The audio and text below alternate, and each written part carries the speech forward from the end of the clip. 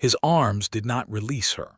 That was the thing Theresa Keating would remember long after the cold had faded from her bones, long after the bruise along her left palm had turned yellow and then vanished entirely.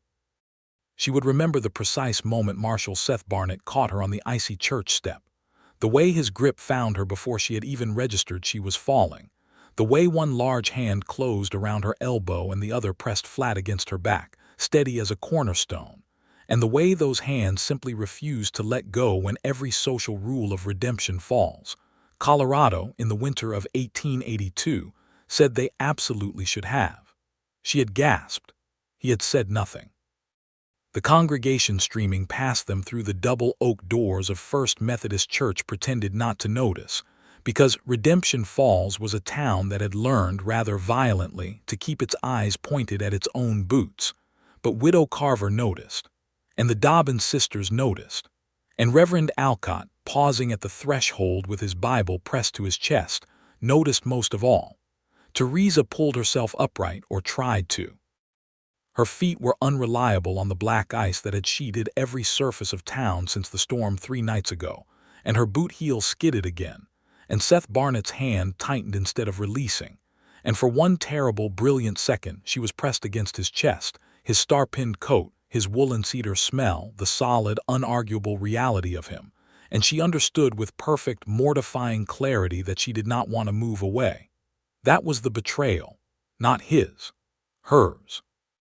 Because Theresa Keating had come to Redemption Falls with exactly one plan: survive the winter, sell her late father's land claim before the bank foreclosed, and disappear back to Cincinnati before anyone discovered the secrets she had carried in the false bottom of her traveling trunk for 600 miles of mountain railroad. She had not come to be held on a church step by the most dangerous man in the county. She had not come to feel anything at all. And yet here was Seth Barnett, Marshal of Redemption Falls, the man whose name alone was enough to make outlaws reconsider their career choices, looking down at her with dark eyes that held something she could not name and could not afford to examine, and he was still holding on. "Step is treacherous," he said finally, and his voice was low, the kind of low that did not carry, that was meant only for her. "I noticed," Theresa said. He released her then, but slowly, his hand sliding from her back, his fingers uncurling from her elbow with a deliberateness that felt like a declaration, though of what she could not say. He took one step back. She took one step forward. They were strangers again, or something that wore the costume of strangers. She did not look back at him as she walked inside. She felt his gaze on her shoulder blades the entire way. 3 weeks earlier, Theresa had stepped off the Denver and Rio Grande Western at the Redemption Falls platform in the last blue light of a December afternoon, and she had understood immediately that this was a town under pressure. You could feel it the way you could feel a headache building behind your eyes, the slow accumulation of something that had not yet broken. The streets were wide and mud-frozen, and lined with the particular combination of false-fronted commerce and genuine desperation that characterized every cattle town she had passed through on her journey west. There was a hotel, a saloon, actually 2 saloons, which she took as a bad sign, a dry goods store, a telegraph office, a barbershop, a livery, and at the far end of Main Street, sitting on a slight rise as though surveying its territory, the white clapboard face of First Methodist Church. What there was not, conspicuously, was noise. Theresa had grown up in Cincinnati, where the streets were never entirely silent, where even midnight carried the sound of river traffic and iron wheels. Redemption Falls at 4:30 in December held breath, felt like waiting. She had her single trunk carried to the Redemption Hotel by a boy of about 12 who charged her 15 cents and told her, without being asked, that the marshal had arrested 3 men just that morning. She tipped him an extra nickel for the intelligence and went inside to register. The hotel owner, a round-faced woman named Dolores Fitch who wore her gray hair pinned back with a precision that suggested military training, showed her to a room on the 2nd floor overlooking the side alley. "You'll want the room facing the street," Dolores said, and Theresa said no.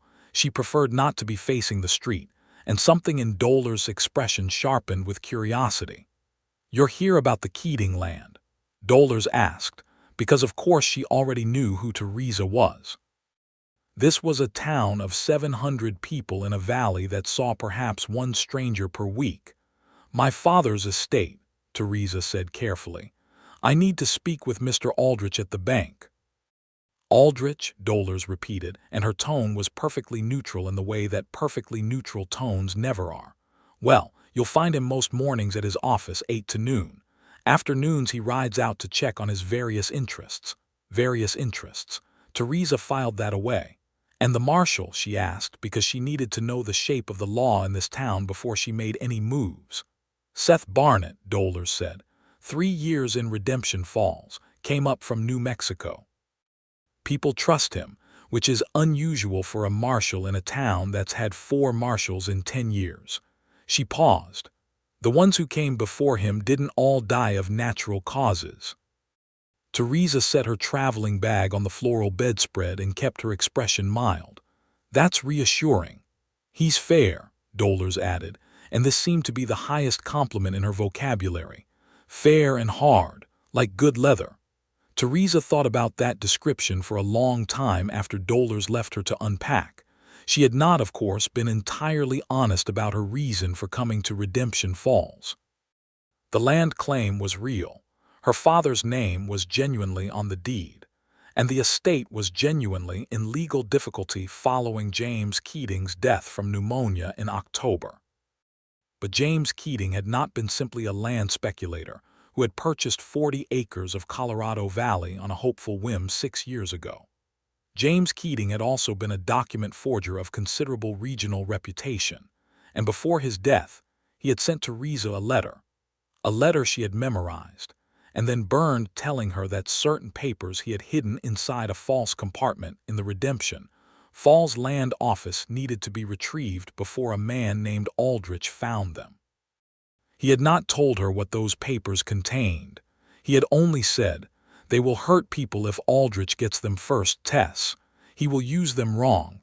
Her father had been a complicated man. She had loved him the way you love a complicated thing, completely, and with your eyes open to the cost. She had been on the platform in Cincinnati when she received the letter, already half decided to come west, and she had made her choice in the space of 3 heartbeats. She would come to Redemption Falls, settle the estate, find the papers, and get out. She had not factored in ICE. She had not factored in Seth Barnett. The morning after she arrived, she had walked to the bank at 8 sharp and presented herself to Cornelius Aldrich, who was exactly what she had feared. Smooth-faced, thin-fingered, impeccably dressed for a frontier bank, with a smile that moved only on the lower half of his face and eyes that were doing constant arithmetic. He was perhaps 45, with silver in his temples and an accent that had once been Eastern, and had been carefully roughed up around the edges to seem Western without fully committing. He expressed precisely the correct amount of condolence about her father's death. He explained, in carefully courteous language, that the Keating land claim had accrued unpaid taxes, and that the bank held a lien, and that the estate would need to be settled within 45 days or the property would revert. He offered her a purchase price fair on its surface, slightly below market if you knew what you were looking at, which Theresa did because she had spent 3 weeks in the Cincinnati library reading everything available about Colorado land values before she boarded the train. "I'll need to review the full documentation," she told him pleasantly. "Of course," he said pleasantly, "including anything filed in the land office." Something very small moved behind his eyes. "Of course," he said again. She had walked out into the December cold and stood on the boardwalk breathing carefully and thinking that the hidden papers were almost certainly still hidden, because if Aldrich had found them he would not have agreed to let her review the land office records. He would have found a way to send her back east before she'd unpacked her trunk. She had 45 days. She needed to find the papers, understand what they meant, and determine who in Redemption Falls could be trusted, all without alerting Aldrich to the fact that she was looking for anything other than her legal inheritance. It was on her third morning in town, walking from the hotel to the dry goods store to purchase wool stockings, because the cold was beyond what her Cincinnati wardrobe had been built for, that she first had a real conversation with Seth Barnett. She had seen him before. She had seen him on the street on her second day, crossing from the marshal's office toward the telegraph station, and she had recognized him as the marshal not from the star on his coat, though the star was there, but from the way the street arranged itself around him. People did not step aside out of fear, exactly. It was more that they made room the way a river makes room for a stone flowing around it, aware of its permanence. He was perhaps 32 or 33, taller than she had expected, with the kind of physical economy of movement that suggested someone who had learned that unnecessary motion was a liability. Dark hair, slightly too long for the Eastern standard, worn under a charcoal gray hat. A face that was not handsome in the decorative sense but was deeply interesting, high cheekbones, a jaw with some history in it, eyes so dark they were nearly black against the winter light. He had glanced at her as he passed, the way a marshal would glance at a stranger, cataloging and filing. On the third morning she was standing in front of the dry goods store examining the selection of wool stockings with great seriousness when he came in, and he said, without preamble, "Miss Keating, I was hoping to speak with you." She managed not to startle. She turned and looked at him with the expression she had spent 28 years practicing, calm, capable, not quite as open as it appeared. Marshal Barnett. He was holding his hat. She noted that. "I like to know when strangers come to town," he said, and his tone was not threatening exactly, but it was specific. "Especially when they have business with the bank." "It's an estate matter," she said. "My father died in October." "I know," he said. "I'm sorry for it." The condolence landed differently from him than it had from Aldrich. She could not entirely explain why. "Thank you," she said, and found she meant it. "How long are you planning to stay?" 45 days, she said, because that was the truth or the part of it she could offer. He studied her with those dark, steady eyes, and she had the uncomfortable sensation of being read accurately. "If you need anything," he said finally, "the marshal's office is on Main Street." "You won't miss it." "I'm sure I won't," she said. He put his hat back on and walked out, and Theresa stood holding a pair of heavy wool stockings and told herself that the fluttering under her ribs was simply the cold, and the altitude, and the strangeness of the West, and had absolutely nothing to do with the man who had just left the store. She did not believe herself, but she tried. In the days that followed, Redemption Falls revealed itself to her in layers. She visited the land office, a single-room structure behind the courthouse run by a clerk named Harvey Potts, who was 60, arthritic, and completely incorruptible in the specific way of men who had been offered bribes so many times they had grown bored of the whole exercise. He showed her her father's original filing with cheerful indifference. She spent an afternoon carefully, calmly, examining every visible shelf and surface of the office, while Harvey cataloged incoming mail 3 feet away, chatting about the weather and the state of the Denver road. She found nothing. Whatever her father had hidden was either gone or more cleverly concealed than she had managed to locate in a single visit. She was going to need more access. She was going to need Harvey to trust her enough to let her return. She made herself useful. She helped him sort a box of misfiled documents that had been sitting in the corner since September. She brought him coffee from the diner across the street on her second visit. By her third visit, Harvey Potts greeted her like a welcome guest and left her alone with the filing cabinets while he went to use the necessary out back, which gave her 4 minutes of unsupervised access, and she used every second of it. She found nothing the third visit either. Meanwhile, she was discovering other things about Redemption Falls that had not appeared in any letter her father had written. She was discovering that Cornelius Aldrich owned not just the bank but a controlling interest in the town's primary supply route, the freight contract that brought goods from Denver, and that he had been systematically squeezing the smaller ranchers in the valley by manipulating credit terms. 2 families had already lost their land to bank foreclosure in the past 18 months. A third, the Garrity family out on the East Fork, was hanging on by their fingernails. She was discovering this because she had begun eating dinner at the same table in the hotel dining room each evening. And hotel dining rooms in small western towns are extraordinarily efficient information systems if you are willing to listen without appearing to listen. She was also discovering that Seth Barnett ate dinner at that same dining room 3 nights a week, and that he was aware she was listening even when she appeared not to be, and that he found this interesting rather than suspicious, which told her he was smarter than most.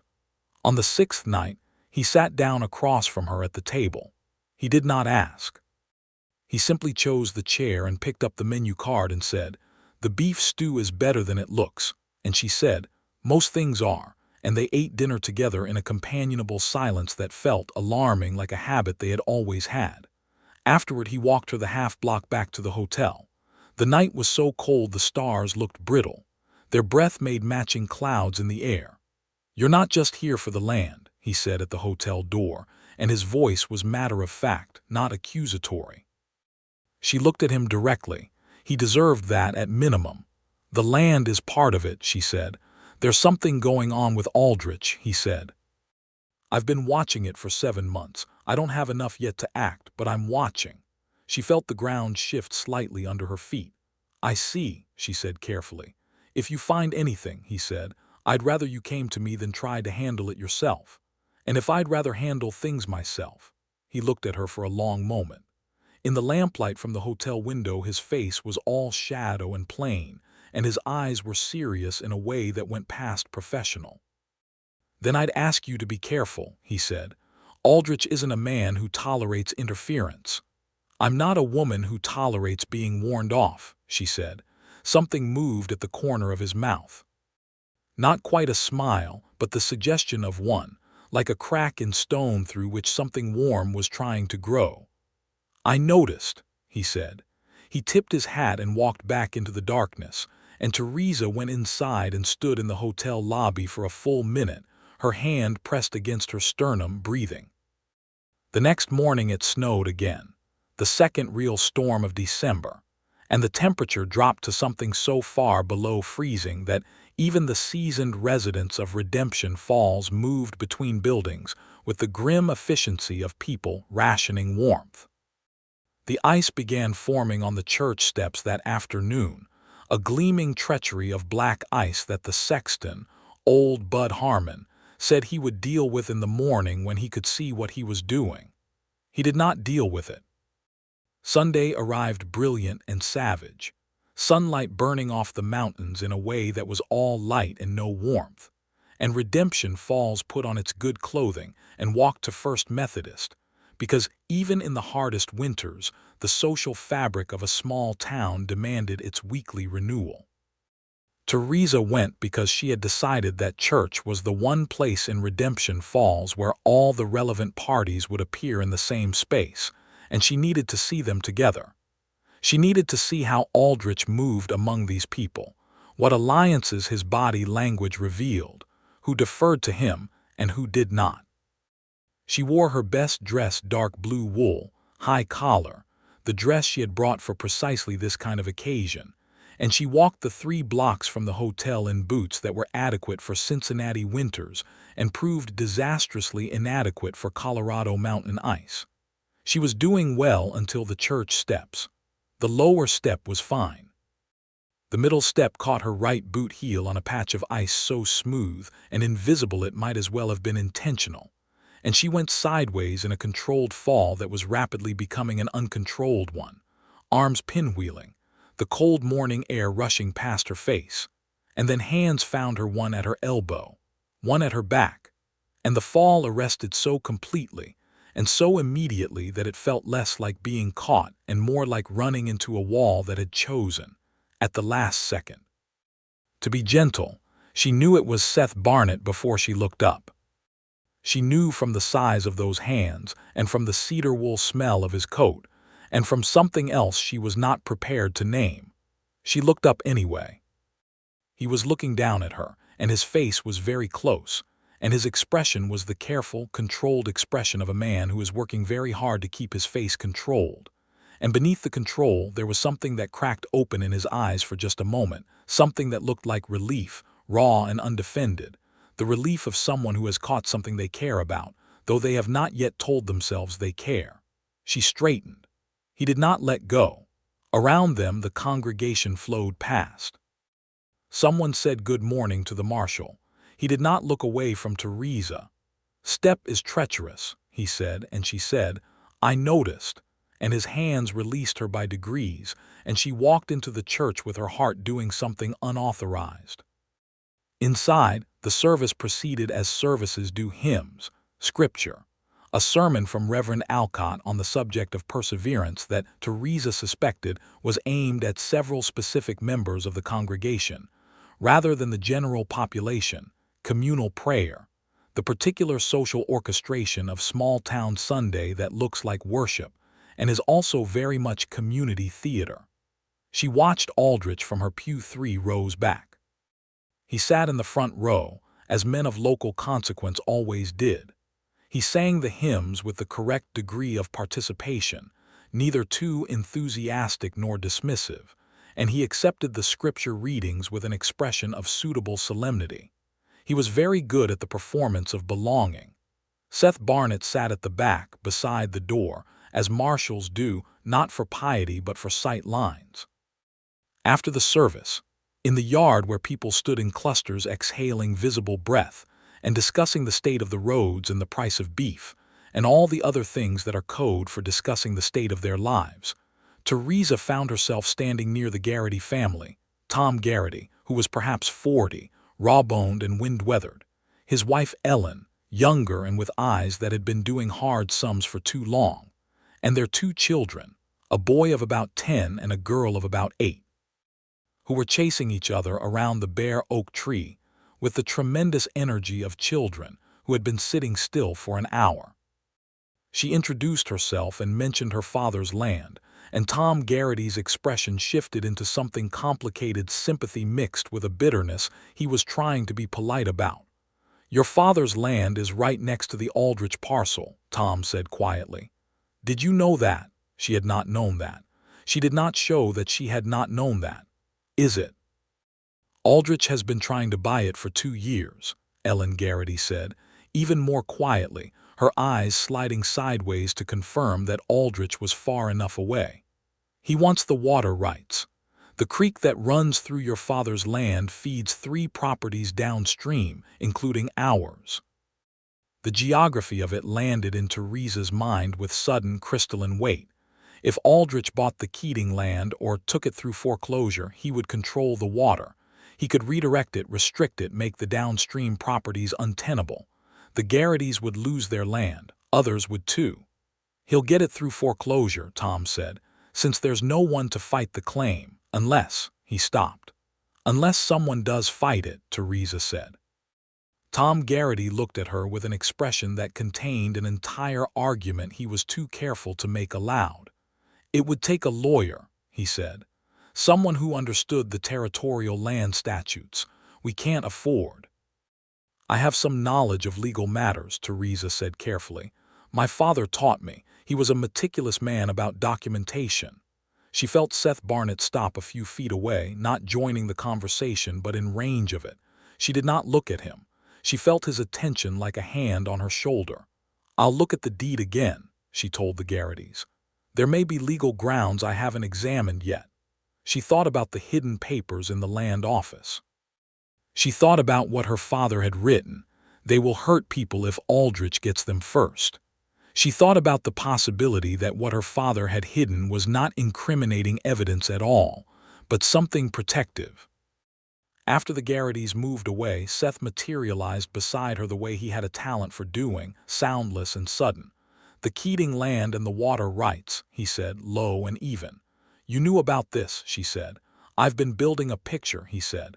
"But pictures need proof." She looked at him then fully, without the careful management she usually maintained. "What kind of proof?" His dark eyes were steady. Anything that shows Aldrich manipulated the assessment values, or the tax filings, or acquired land through coercion rather than legitimate commerce. He paused. Your father spent a lot of time in Redemption Falls before he bought that land. He did, Theresa said.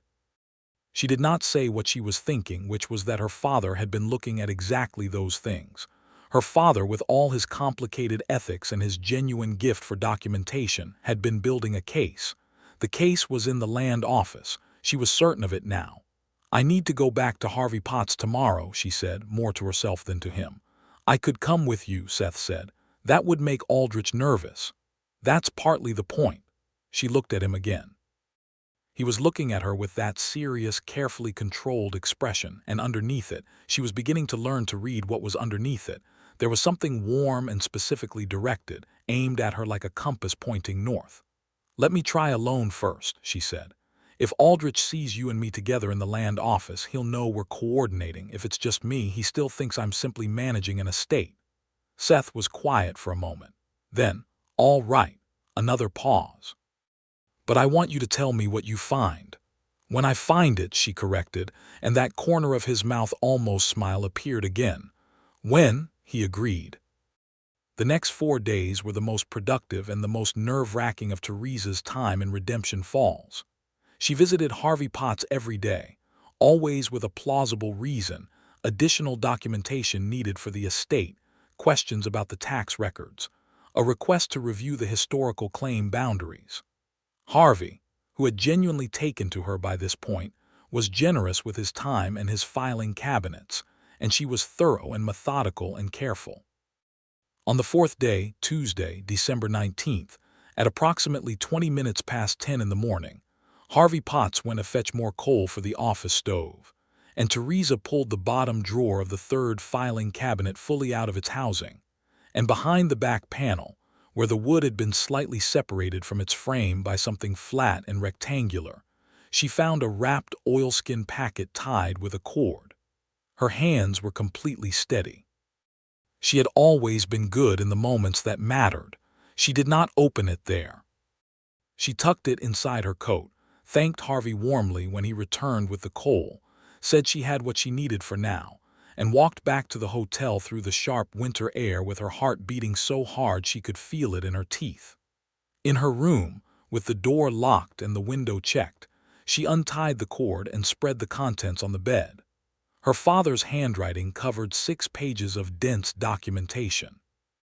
There were also 3 signed letters on Aldrich's bank letterhead, with Aldrich's signature, that contained instructions to a property appraiser named Cole for deliberately undervaluing 3 specific land parcels: the Garrity property, the Morrison homestead, and a third belonging to a family named Vasquez, in order to justify lowered assessments, manufacture grounds for tax default claims, and trigger foreclosure proceedings that would allow the bank to acquire the properties at a fraction of their value. There was also a separate, shorter document in her father's hand, dated August 1882, that laid out the chain of events clearly and named Aldrich as the architect of a deliberate scheme to monopolize the valley water rights through fraudulent foreclosure. It was signed by James Keating and had a notary stamp from Denver. Her father had gone to Denver to have it notarized. He had done this right. He had done this as carefully and properly as his complicated nature had allowed. Theresa sat on the edge of the bed for a long moment, the papers on the quilt in front of her, and she felt the loss of him with a sharpness she had not allowed herself in the weeks since his death, because she had needed to move and act and not grieve. She let herself feel it for exactly 60 seconds. The absence of her complicated, brilliant, morally inconsistent father who had, in the end, tried to do right by the people Aldrich was trying to hurt. Then she folded the papers carefully, replaced them in the oilskin, and went to find Seth Barnett. She found him at his office, a spare, tidy room that smelled like gun oil and paper, and the particular austere quality of someone who lived in their work. He had a deputy, a young man named Carter who was perhaps 22, and tried very hard to project a confidence his jawline had not quite caught up to, who was at his own desk cleaning a rifle. Seth looked up when she came in, and his expression changed in a way she was beginning to catalog, the slight relaxation of something that had been held in readiness, as if her presence specifically turned down some volume in him. "Can we speak privately?" she said. He told Carter to go check on the Morrison property complaint. Carter went immediately, with the discipline of someone who understood subtext, and Seth closed the office door and turned to her. She put the oilskin packet on his desk. "My father hid this in the land office," she said. "In August, before he got sick." Seth sat down slowly, opened the packet, and read. He read carefully, and he did not rush it, and Theresa stood near the window watching the street while he read, watching the town that did not know what was on his desk. When he finished, he was still for a moment. "Your father did good work," he said finally. "He did," she said, and her voice was only slightly uneven. "These letters," he touched the pages. "Aldrich's signature, the appraiser's name, dates that align with the foreclosure filings. This is what I've been trying to build." He looked up at her. "This is what I needed." "What do you do now?" she asked.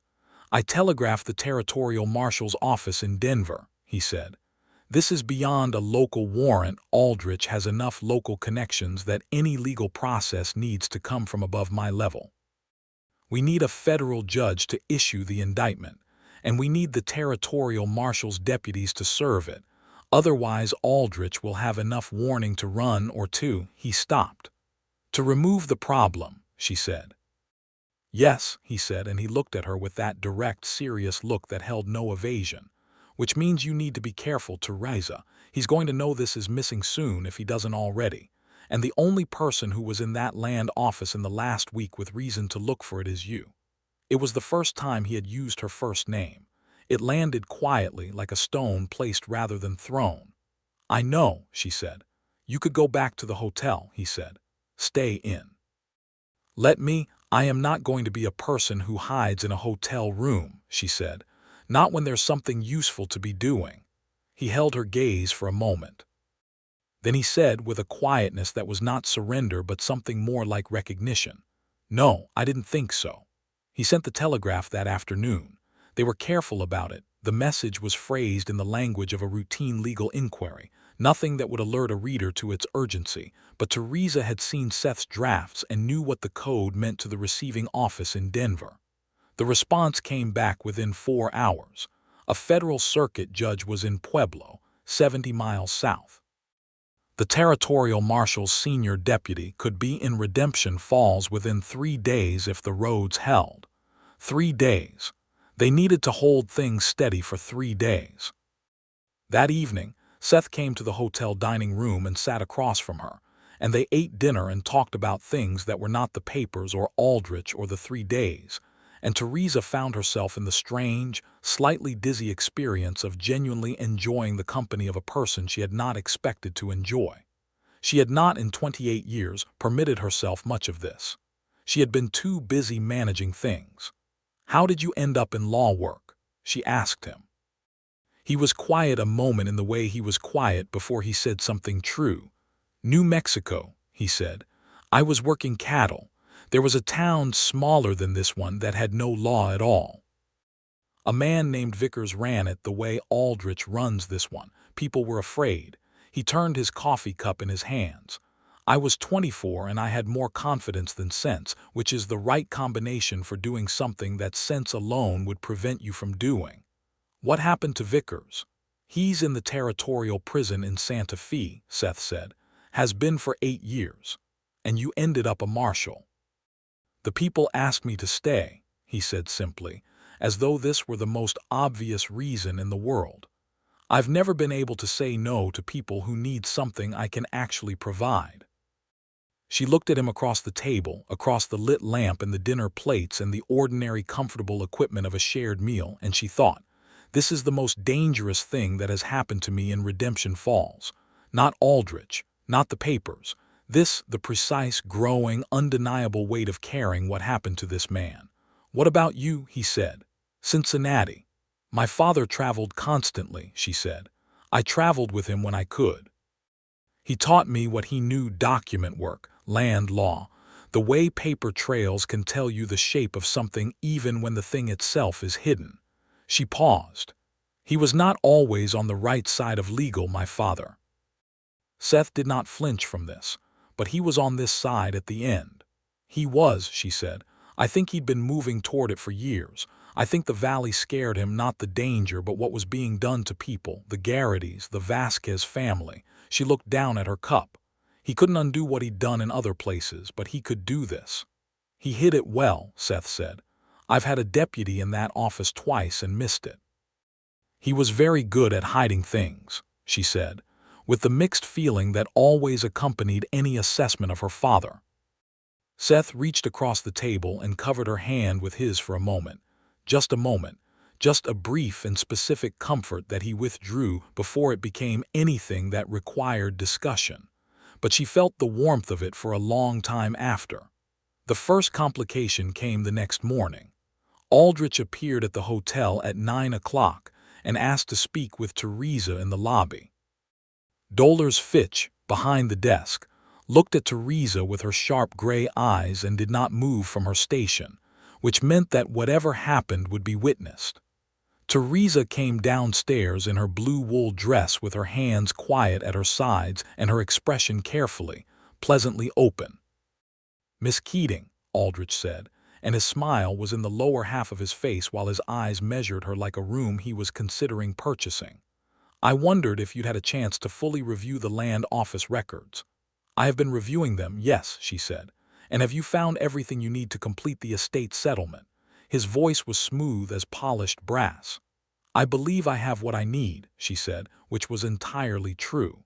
His eyes did a small, quick calculation. I want to make this process as comfortable as possible for you, he said. You've come a long way. I'd like to see this resolved quickly for your sake. That's very thoughtful of you, she said. I imagine you're also quite eager to have the water rights resolved. The calculation behind his eyes stopped, just stopped for one fraction of a second before he rebuilt the smile.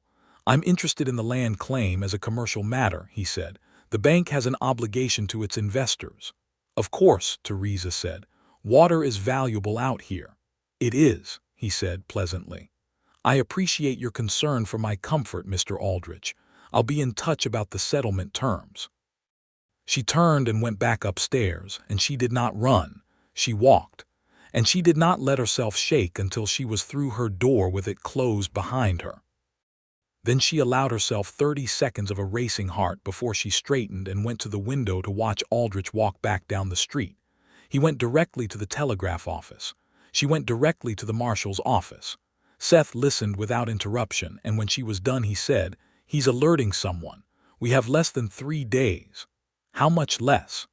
If the person he's telegraphing is local someone in Pueblo or Colorado Springs, maybe 24 hours. He was already on his feet, moving to the window. I need to get ahead of this. Carter and I can ride to meet the deputy marshal's party and bring them in faster. You'd leave town, he turned to look at her. Carter can go alone, he said, and his voice had shifted into something quieter. I'm not leaving while you're here, and Aldrich knows you found something. She wanted to tell him she did not need protecting. She wanted to tell him she had managed difficult situations alone for years and was perfectly capable of continuing. She looked at the certainty in his face and could not find the words because they were not entirely true. There may be someone he pays locally, she said instead. Someone who would act on his behalf. Burl Mackey, Seth said, Aldrich's man. He runs the second saloon, the Golden Spur. I've been watching him for months, but he's careful. He paused. Theresa, I need you to stay in the hotel today. I'm not asking you to hide. I'm asking you to be a smaller target while I manage this. She looked at him for a long time. He looked back at her with those dark, steady eyes that held nothing except directness and something else, something that had been building quietly for 11 days and was no longer entirely quiet. One day, she said. That's all I'm asking, he said. She stayed in the hotel. It was the longest day she had spent since boarding the train in Cincinnati.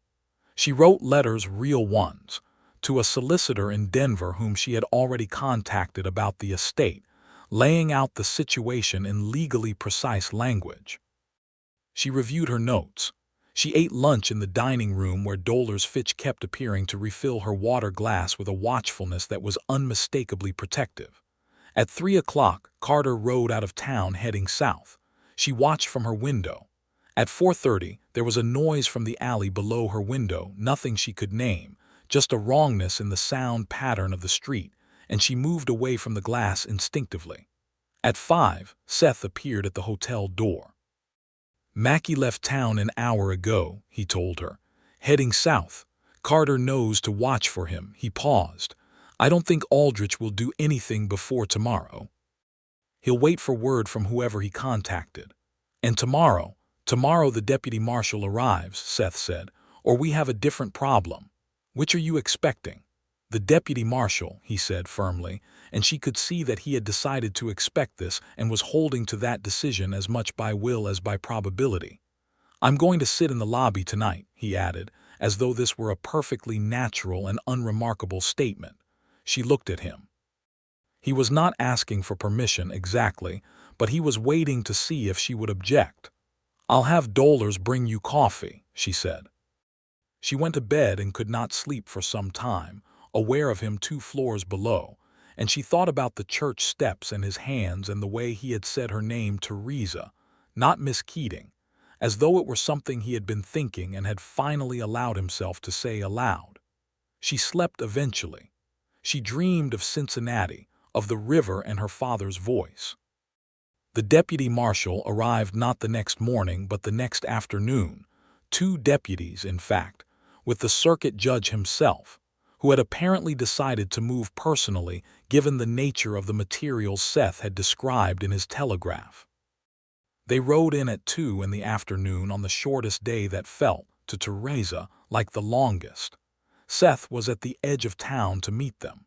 Theresa was not there because she had agreed not to be there, not because she was told, but because she had agreed and she understood the operational logic.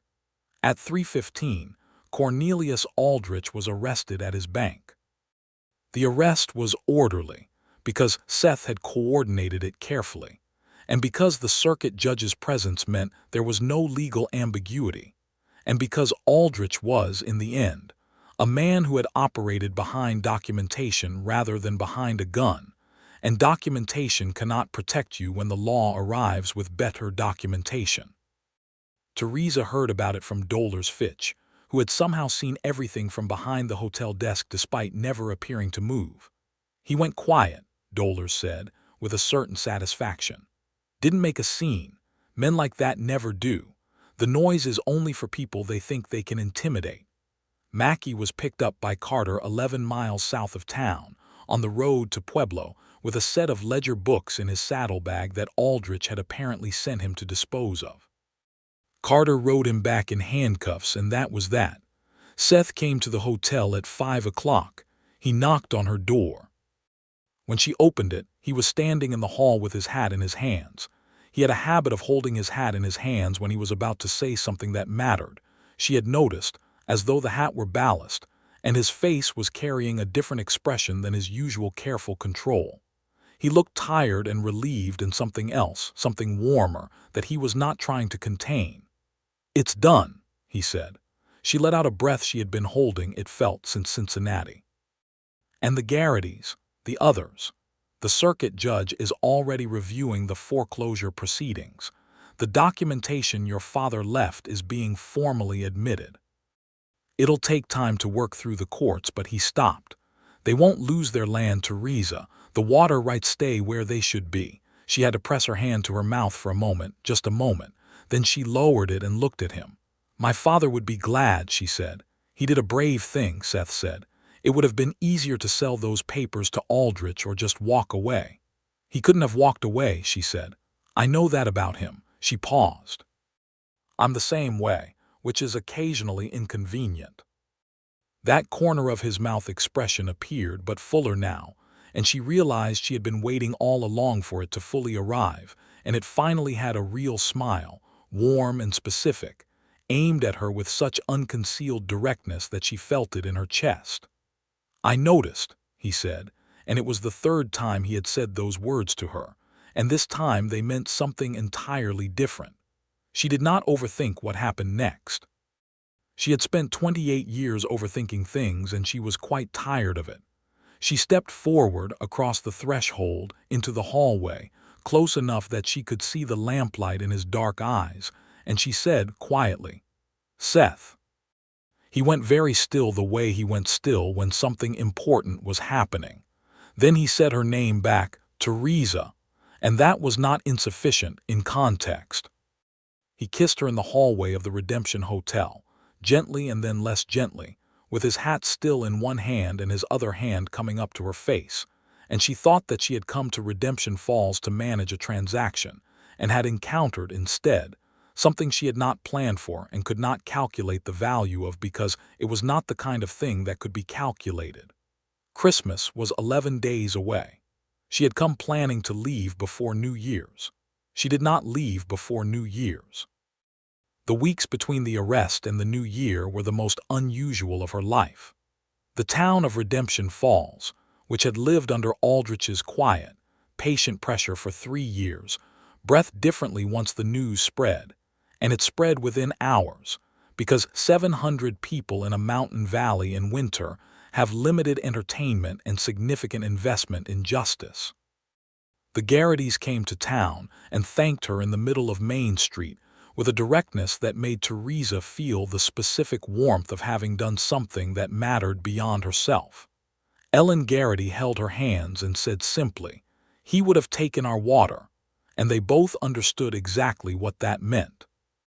Reverend Alcott included a rather pointed thanksgiving in his Sunday sermon that referred to the importance of bearing witness without specifically naming anyone, which everyone understood and appreciated. Harvey Potts was quietly devastated to learn that his beloved filing cabinet had been the repository of a major evidentiary document for 4 months without his knowledge.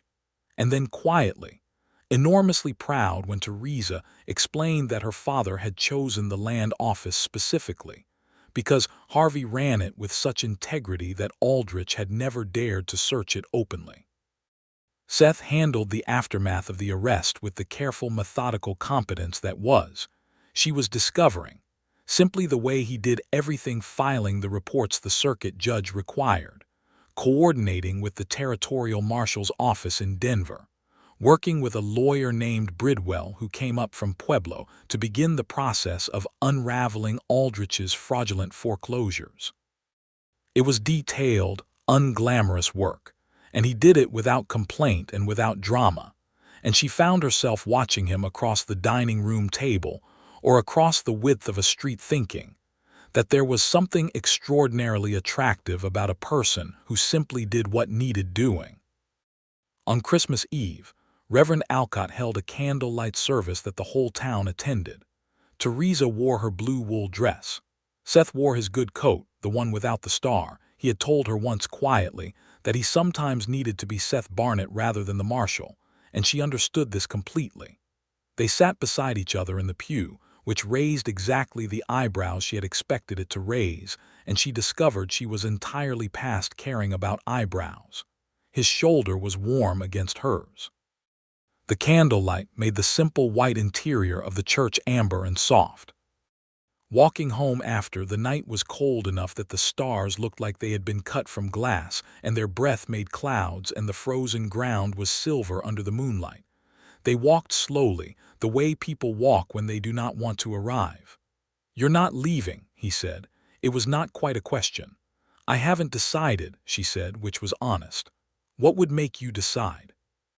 She looked at the frozen street and the lit windows of the hotel at the end of it and the stars above the mountain, and she thought, "The truth is, I have been deciding for 3 weeks, and I know the answer, and I am frightened of it, because it is not the kind of decision that can be unmade."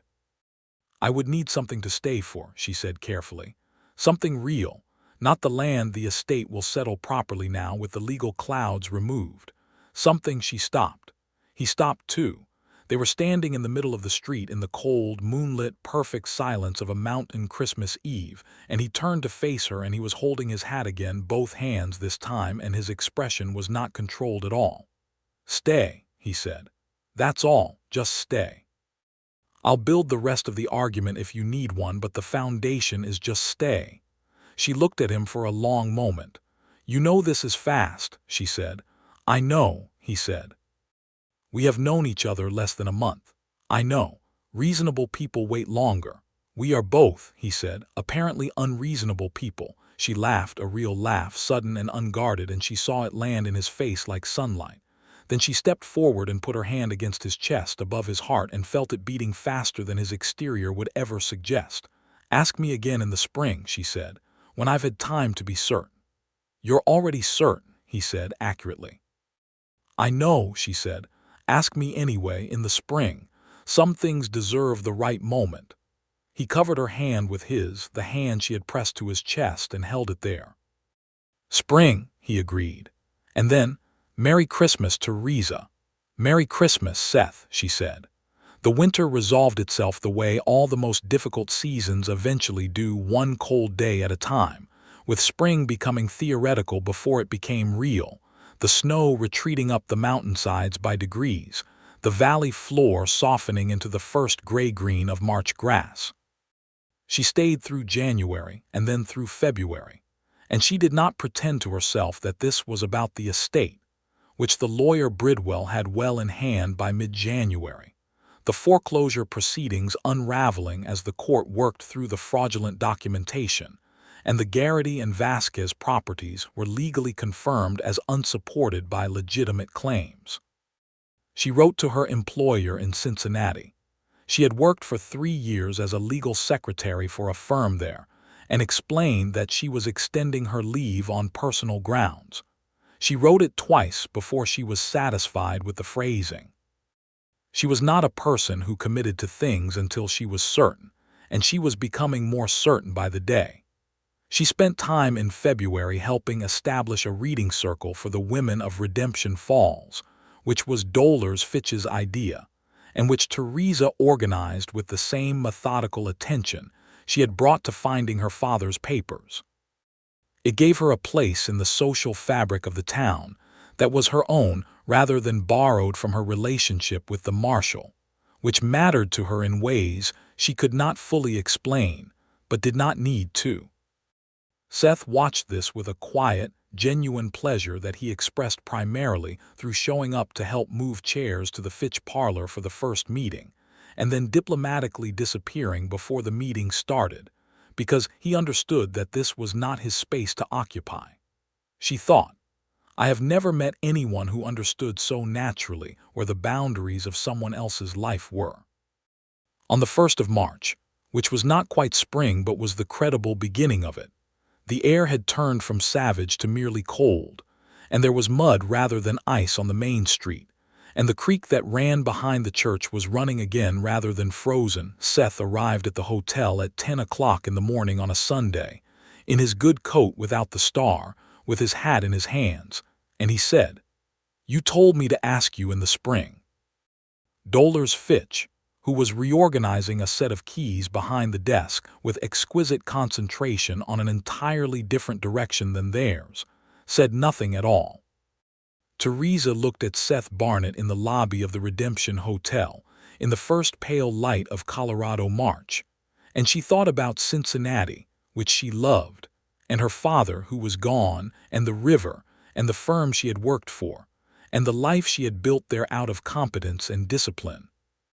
And she thought about the reading circle in Dollars' parlor and the Garrity children chasing each other around the oak tree, and the particular way this valley looked in the evenings when the light came off the mountains in gold sheets.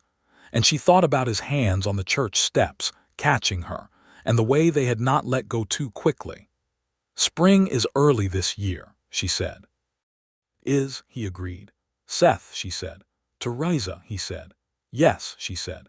He reached out and took her hand right there in the hotel lobby with Dollars Fitch's professional non-attention as their only witness, and held it with the same deliberateness with which he had released her on the church steps, as though the gesture meant something and he wanted to be clear that he knew it did.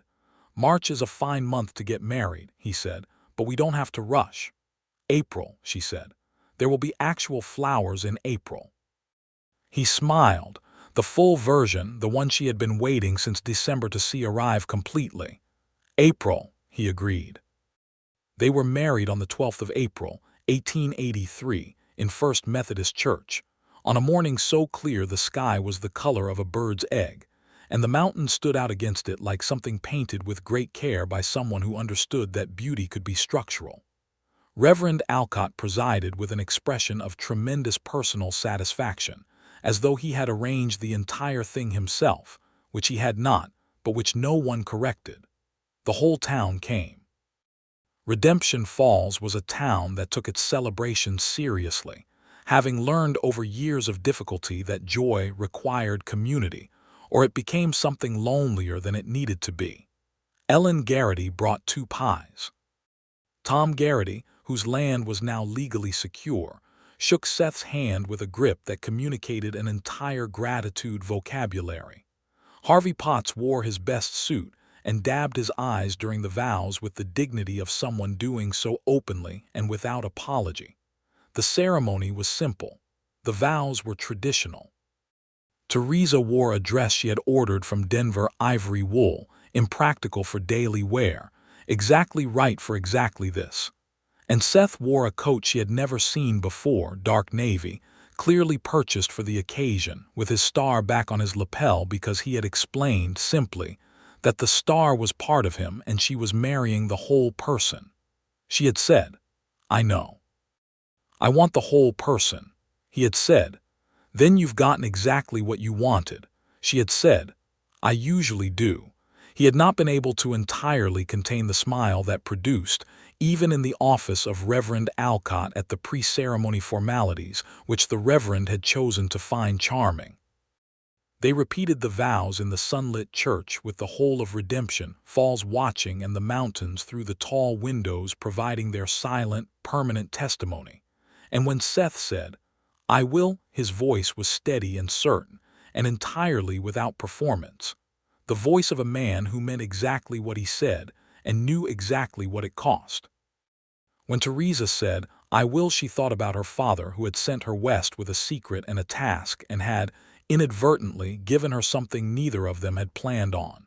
She thought, "James Keating, you complicated, impossible, brilliant man, I hope wherever you are you can see this." She believed he could. The spring deepened into summer and summer into the particular richness of a Colorado autumn, and the Barnett household, a house on the north edge of town that Seth had been renting, and now shared with a wife who organized it with a cheerful efficiency that he found both impressive and occasionally alarming, became its own small civilization. Theresa kept her involvement with the reading circle, which had grown from 7 women to 14, and had moved from Dollars Fitch's parlor to a room in the church hall that Reverend Alcott, who was a genuinely good man under his theatrical instincts, made available free of charge. She had also, over the summer, begun advising several of the Valley families on legal documentation matters, homestead filings, water rights agreements, the careful paperwork of frontier survival, in a capacity that was not quite a lawyer, but was closer to one than anyone in the valley had access to without riding to Pueblo. Seth watched this expansion of her work with pride rather than concern, which she had noted and appreciated in the specific way one appreciates a man who has no need to contain his partner's competence. In October, she told him she was expecting their first child. He was standing at the kitchen stove making coffee, which he did every morning with great seriousness, and when she told him he went very still, not the alert stillness of a marshal on watch, but a different stillness, a wondering one. And then he set down the coffee pot and turned around and looked at her with an expression she had never seen on his face before, pure, uncomplicated joy. "Theresa," he said, and he crossed the kitchen and held her face in both hands and kissed her forehead, her cheek, her mouth, and then pressed his forehead to hers and stayed there, breathing. "We should write to Dollars," he said eventually into her hair. "She will want to be the second to know." "Who's first?" You told me, he said. So I'm first. Dolers is second. A pause. The Garrity's will be third. She laughed, there in the kitchen, held in the warmth of his hands, in the October morning light of their house on the north edge of Redemption Falls. The baby arrived in June of 1884, on a warm, clear evening with the windows open, and the smell of the summer valley coming through the curtains, grass and water, and the far pine smell of the mountains. It was a boy, a solid, emphatic boy with dark hair that resembled his father's and a disposition that became apparent within the first days of his life to be one of great determination. They named him James Seth Barnett, for a complicated man who had tried to do right at the end, and for a steady man who tried to do right always. James Keating would have been moved by this, Theresa thought, and also would have pretended he wasn't, and would have failed at the pretense within approximately 4 minutes. She was grateful, in ways she could not always articulate, for both men. The years in Redemption Falls settled into the deep rhythm of a life actually lived rather than managed. Seth continued as Marshal through 1885 and into 1886, his reputation in the territory having grown quietly alongside the actual growth of the region. The railroad extended its reach, new families arrived, the town expanded, and the law expanded to meet it. He hired a second deputy. He worked with the territorial legislature on standards for frontier law enforcement, making 2 trips to Denver that were not quite political, but were not entirely not political either. He was, Theresa thought, making the West safer by degrees, with the same patience and method he applied to everything. She expanded her legal advisory work to the point where, in the fall of 1885, she formally registered as a legal agent, not an attorney, which the territorial bar would not have permitted without examination. She had not yet sat, but a recognized legal representative who could appear in land court on behalf of clients. She passed the bar examination in the spring of 1886, becoming one of the first women admitted to the Colorado Territorial Bar, in a proceeding in Denver that involved 3 weeks of preparation, and one extremely rigid examining board that she defeated with 32 years of accumulated competence and her father's complete grounding in documentary evidence. Seth was in the examination hall. She had not told him she wanted him there, and he had come anyway because he understood that wanting something and being willing to say you wanted it were sometimes separate events, and he was patient with that gap. When she passed, he was waiting outside the hall in the Colorado October light, and he said, "Mrs. Barnett," with a formality that was entirely ironic, and she said, "Counselor, if you don't mind." And he said, "Counselor," without the irony and with the full smile, and she thought that there were certain things in this life that became more rather than less extraordinary with time. Young James, at 2 years old, was at this point in the care of Ellen Garrity back in Redemption Falls, and had reportedly spent the 2 days of his parents' Denver absence attempting to demonstrate to the Garrity chickens the correct method of organizing things, a personality trait whose origins were, in the Barnett household, considered an open question. Their second child, a daughter, arrived in 1887 in the spring, which seemed appropriate. They named her Clara Louise Barnett, Clara for Theresa's mother, Louise for no particular reason except that it sat well with Clara. She arrived with light coloring and an air of serene observation that at 3 months old already felt like a permanent characteristic. She was a thoughtful child from the start. James, 3 years her senior, examined his new sister with the seriousness of someone conducting a professional review. He declared her acceptable. The family took this as a positive outcome. The homestead grew. Theresa's legal practice grew. Redemption Falls grew, not into a city, but into the kind of solid, functioning town that represented everything the frontier could become when it was managed with competence and the rule of law rather than with violence and the force of whoever happened to be strongest that year. The Garritys were thriving. The Vasquez family, whose land had also been returned to them through the unraveling of Aldrich's scheme, had expanded their cattle operation significantly. Harvey Potts finally retired from the land office in 1887 and was replaced by a young clerk named Sanderson, whom Theresa spent 3 months training in the proper management of historical filings. Cornelius Aldrich was tried in federal court in Denver in the spring of 1884 and received a sentence of 7 years in the Colorado Territorial Prison for fraud and conspiracy. He served 5.5. He did not return to Redemption Falls.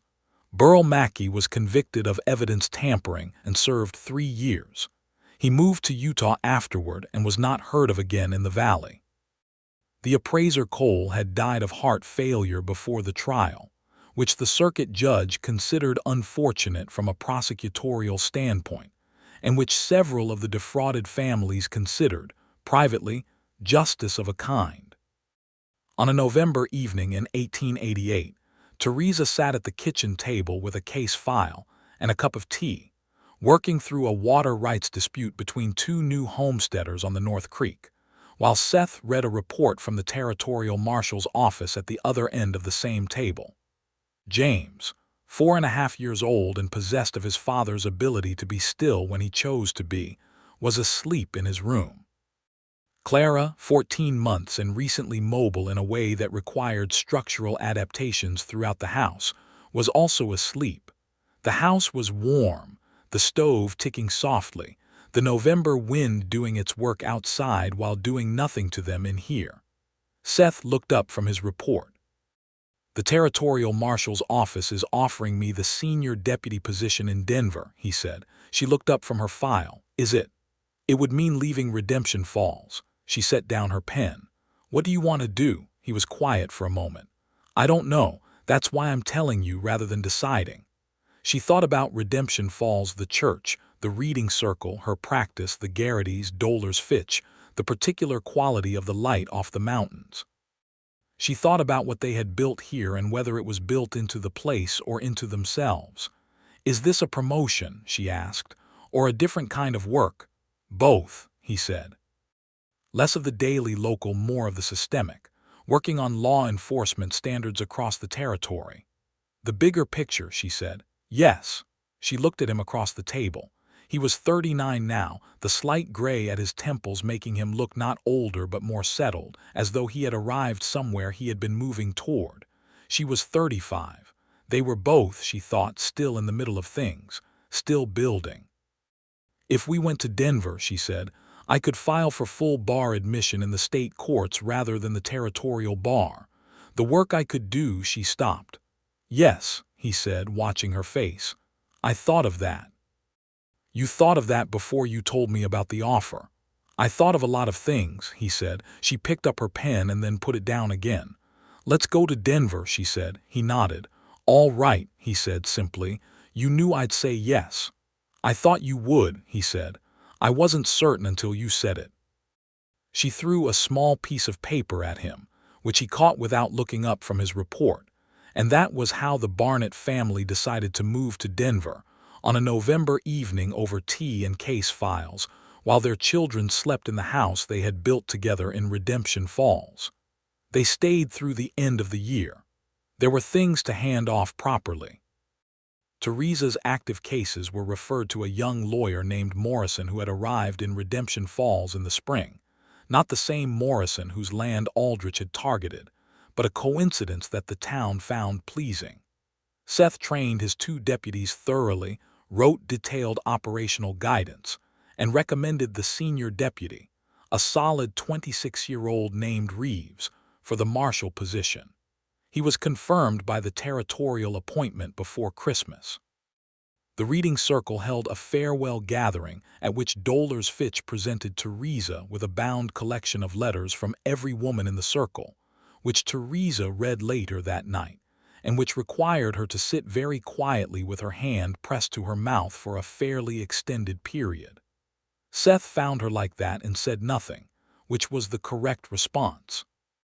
The Garritys came to say goodbye on the last morning, all 4 of them, and Tom Garrity shook Seth's hand and then apparently decided that was insufficient and embraced him instead, which Seth received with the slightly surprised expression of someone who has been unexpectedly reminded that people love them. Ellen Garrity embraced Theresa and said quietly into her ear, "The water runs clear because of your father, don't you forget that." "I won't," Theresa said. "I won't." They left Redemption Falls on the 6th of January, 1889, on the morning train with 2 trunks, 1 carpet bag, a 3-year-old girl who spent the first 20 minutes of the journey pressing her nose to the window with the focused attention of a scientist, and a 4-and-a-half-year-old boy who had already announced his intention to be a marshal when he grew up. Or a lawyer, Theresa said. James considered this. Both, he decided.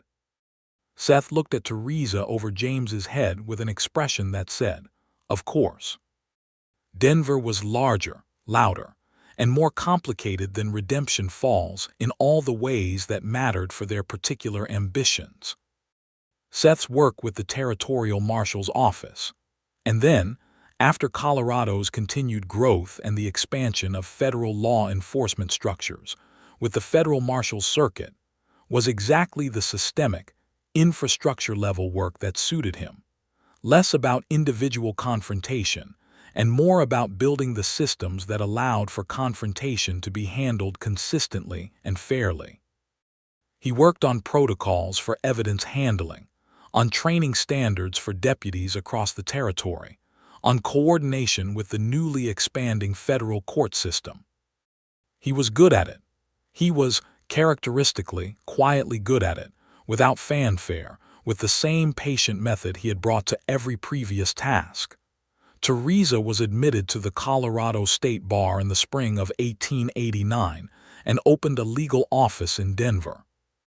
She focused on land and water rights law, which was the area of the Colorado frontier that most required someone with her specific combination of skills. The ability to read historical documentation critically, the understanding of how paper trails could be manipulated and how to expose manipulation, and the absolute clarity of someone who had spent a year in Redemption Falls watching what happened to families when the law failed to protect them from sophisticated predation. Her practice grew. Not quickly, she had no interest in quick growth, only in doing the work well but steadily, with a reputation built on the cases she won by being more thoroughly prepared than the opposing party had expected. Their 3rd child was born in Denver in 1890, another boy whom they named Patrick. He arrived with reddish hair that baffled both parents until Theresa remembered that her maternal grandmother had been described as auburn, and he arrived with the same emphatic determination as his older brother, which made the Barnett household a place of considerable negotiated order. Clara, 3 years old when Patrick arrived, appointed herself his primary supervisor with an air of dignified responsibility that everyone in the household found both touching and effective.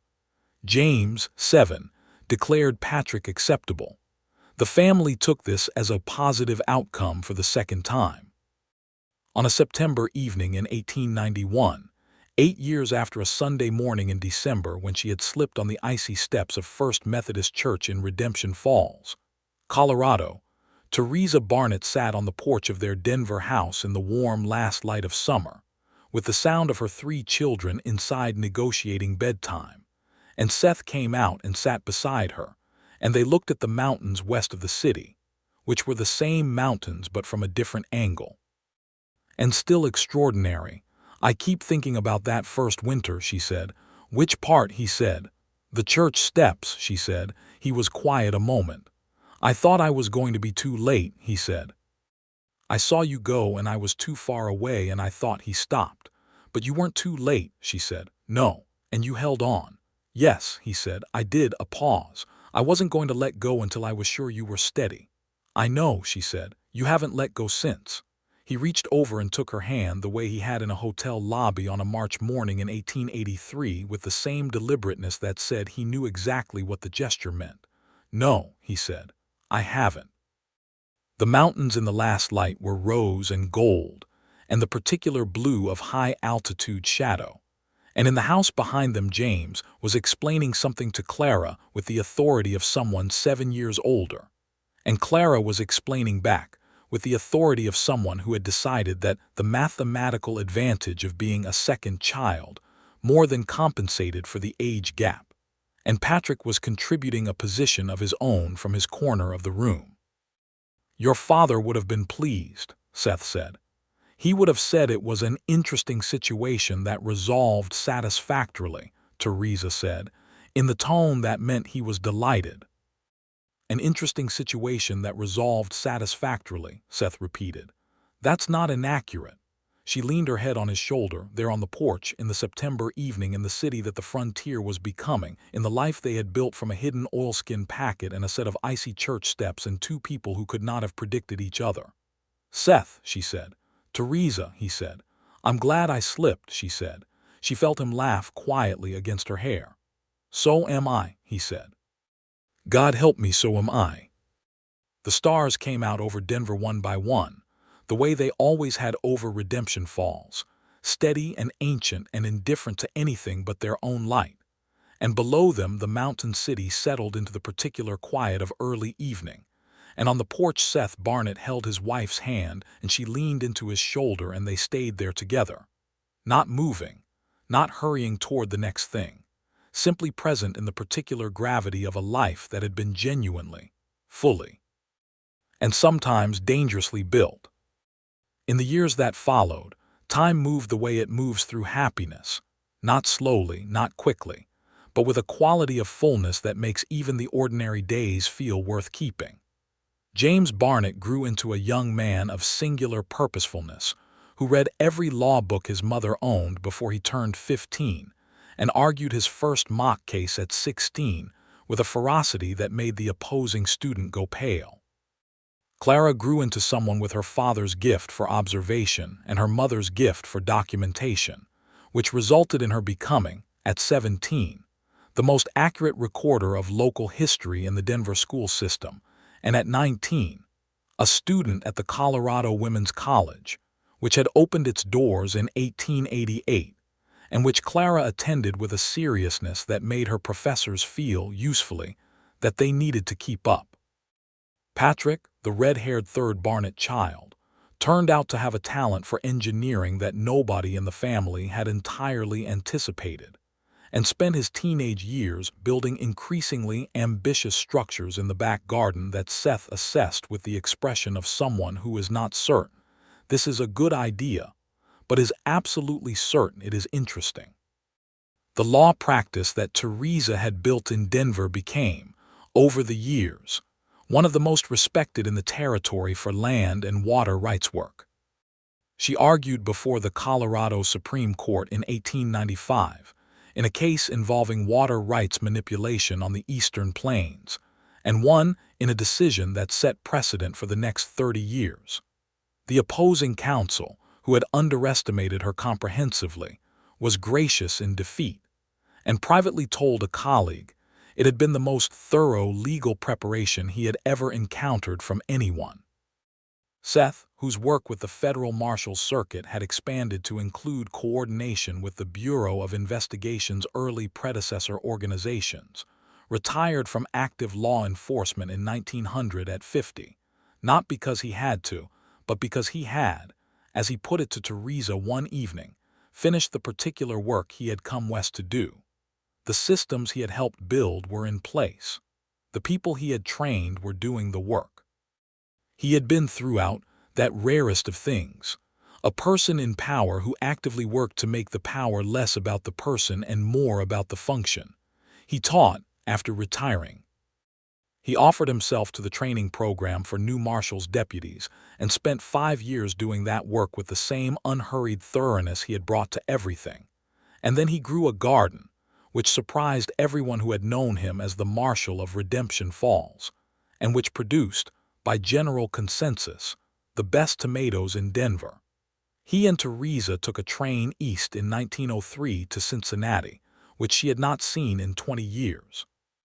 The city had grown enormous and complicated, and was nothing like she remembered, which was to say it was exactly like all cities when you have been away for 20 years, and have become someone different in the interim. She showed him the river and the firm where she had worked and the street where she had grown up. He showed her nothing, because he had grown up in New Mexico and had not been back, but he walked with her through Cincinnati with the patient interest of someone absorbing a new piece of a person he thought he already knew completely, and was pleased to discover he did not.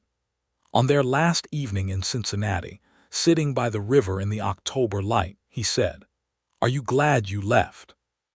She thought about this seriously, as she thought about all serious things.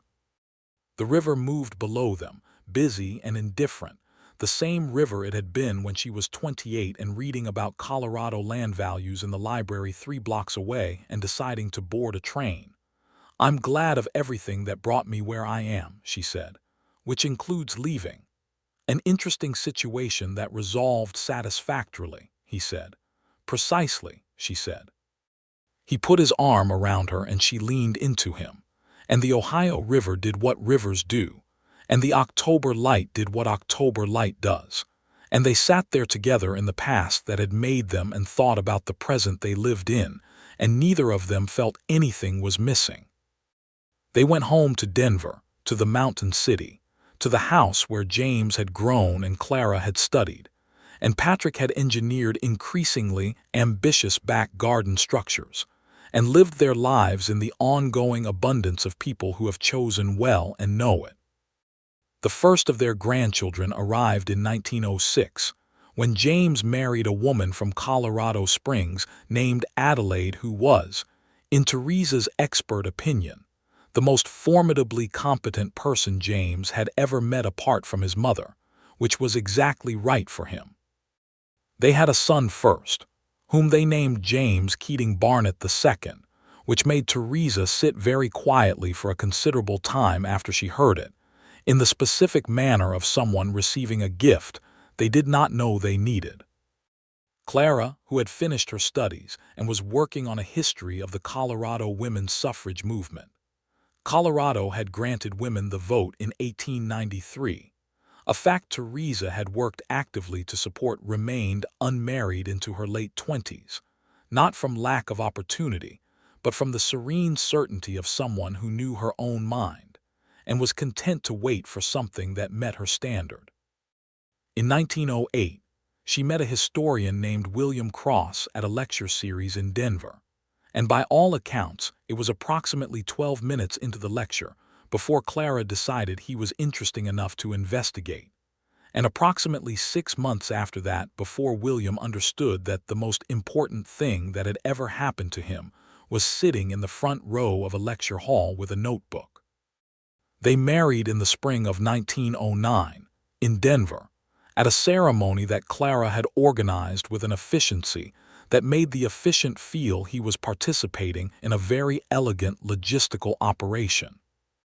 Seth walked her down the aisle with the expression of a man doing something both ordinary and extraordinary, which is what it was.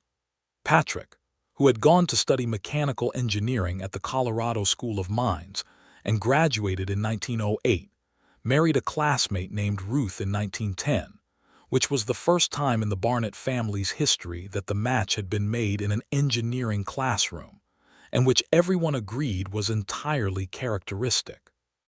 On the morning of April 12, 1913, 30 years exactly from the day they had married in First Methodist Church in Redemption Falls, Colorado, Seth Barnett came downstairs to find Theresa already in the kitchen, making coffee with the straightforward efficiency she had brought to the task every morning of their married life. She had gray in her hair now much more than a few years ago, but worn with a matter-of-factness that was entirely in keeping with who she had always been. He was 64 and felt, most mornings, like something less than that, though not on this one in particular. He stood in the kitchen doorway and looked at her, the way he had always had a habit of looking at her directly, with full attention, with the same unconcealed regard that had been on his face on a church step in December of 1882 when he had not let go too quickly. She turned and saw him in the doorway and said, "You're going to say something sentimental." 30 years, he said. "That's not sentimental," she said. "That's a number." 30 remarkable years, he said. "Better," she allowed. He crossed the kitchen and stood beside her, and she handed him a coffee cup, the way she handed him a coffee cup every morning, a gesture so habitual that it had passed beyond ritual into something structural, something the day was built on. And he took it and held it and looked at her with the full smile, the real one, the one that had taken until Christmas Eve of 1882 to arrive properly, and said, "Theresa Barnett." "Seth Barnett," she said. "I'd catch you again," he said. "Every single time." She looked at him across the kitchen in the April morning light. In the house they had filled with work and children and argument and coffee, and 30 years of a shared life that had turned out to be, despite all her careful Cincinnati planning, the most important adventure either of them had ever undertaken. "I know," she said, and her voice was entirely steady and entirely full of everything at once. "I know you would." She leaned up and kissed him, right there in the kitchen, on their anniversary in the morning light. He put his coffee down on the counter and held her face in both hands, the way he had in the Redemption Hotel lobby on a March morning that felt now like the beginning of everything.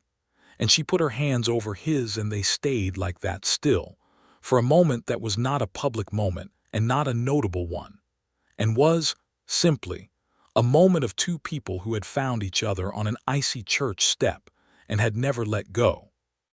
Outside, the Denver morning was unfolding into what would be a clear and warm April day. The mountains stood to the west, exactly where they had always been, enormous and patient and lit with the particular gold of early spring. Somewhere in the city, a train was moving, and children were going to school, and the law was being practiced and enforced and argued over by people who had, in many cases, been shaped by the work that Seth and Theresa Barnett had done in their years of building a more ordered West. And in the kitchen of a house on the north side of Denver, two people held each other in the morning light and were, completely and without reservation, home.